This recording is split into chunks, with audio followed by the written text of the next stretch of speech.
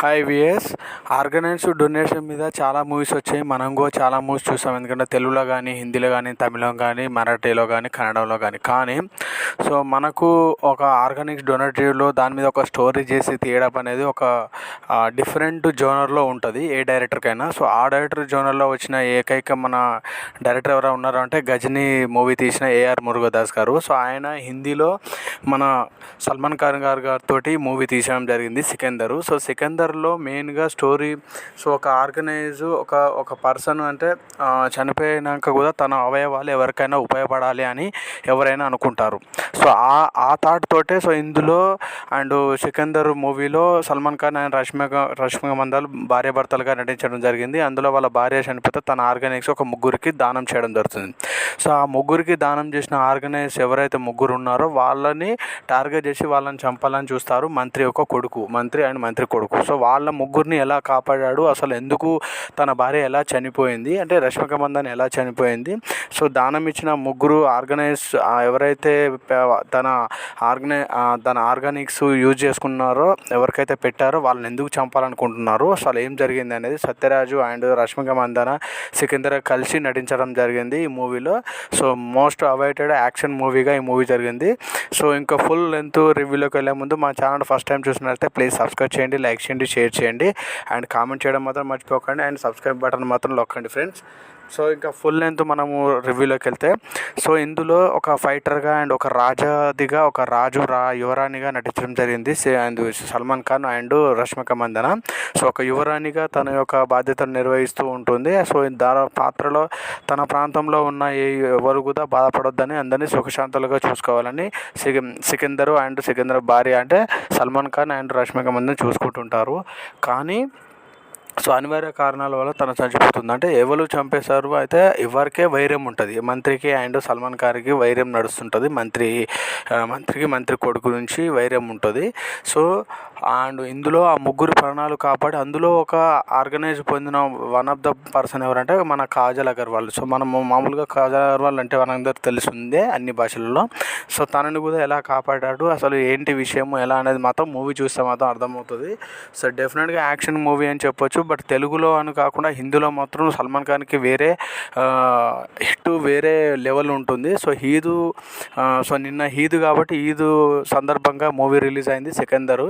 So movie మాత్రం చాలా బాగున్నది అండ్ యాక్షన్ సీక్వెన్స్ మాత్రం హైలైట్ అని చెప్పొచ్చు. కాకపోతే ఇందులో మెయిన్ మైనస్ పాయింట్ ఏంటంటే ఏఆర్ మురుగదాస్ అంతా స్టార్డమ్ ఉన్న సల్మాన్ ఖాన్ తోటి మూవీ తీయడం అనేది main plus point. Plus deal చేసే విధానంలో ఒక ఆర్గనైజ్ అనేది టాపిక్ని పెట్టుకొని సల్మాన్ ఖాన్ అంత పెద్ద హీరోని పెట్టి తీయడం అనేది గట్స్ అని చెప్పవచ్చు, కొంచెం వెనుకబడింది కూడా చెప్పవచ్చు. ఎందుకంటే తన యొక్క డైరెక్షన్లో తనకున్న నమ్మకం మీద సల్మాన్ ఖాన్ గారు ఈ మూవీ తీయడం జరిగింది. బట్ మూవీ తీసిన దానికి బాలీవుడ్లో అంతా మంచి క్రేజ్ అండ్ బ్లాక్ బస్టర్గా మూవీ నిలిచింది. సో చాలా బాగున్నది. అండ్ ఏఆర్ మురుగదాస్ అండ్ ఇందులో డైరెక్టర్గా తను ఒక ప్రతిభ చూపించాడు. అండ్ ఇందులో సత్యరాజు గారిని గిట్ట చాలా పలువురు పెద్దవాళ్ళని కూడా ఈ మూవీలో తీసుకోవడం జరిగింది. సో మొత్తంలో ఏది ఏమైనా కానీ Sikandar movie one of the best movie in the హిందీలో అని చెప్పొచ్చు. ఒక తమిళ డైరెక్టర్ హిందీలో బిట్టు కొట్టడం అనేది మనం ఇదివరకు చూసాం అట్లీ కూడా.